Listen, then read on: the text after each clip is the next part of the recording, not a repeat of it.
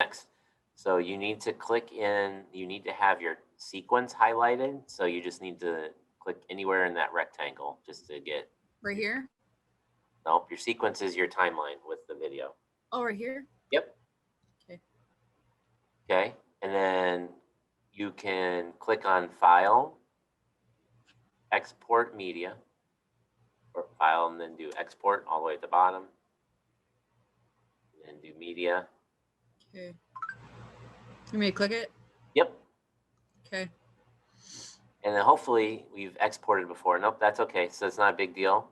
Where it says Format on the right-hand side, yep. And then click on H264, the top one. The top. Yep, there you go. The what one, not the Blu-ray, the other one. There you go.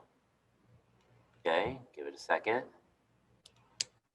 Okay, and then it matches, it does what it's supposed to do.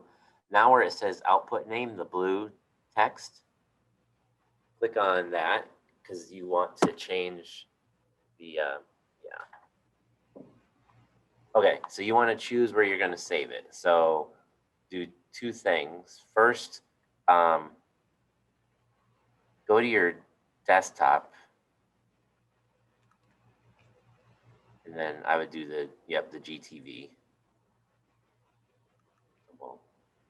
And then classwork, I guess, or no, episodes, right? Is this? Huh. Okay, so then in the file name, I would just change it to whatever you want to call it. And I don't know what you want to call this. Damn, like quarantine. There we go.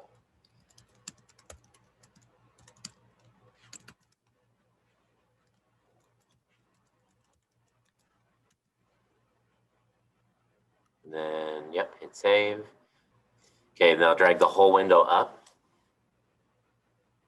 There you go. Because see now down at the bottom where it says export?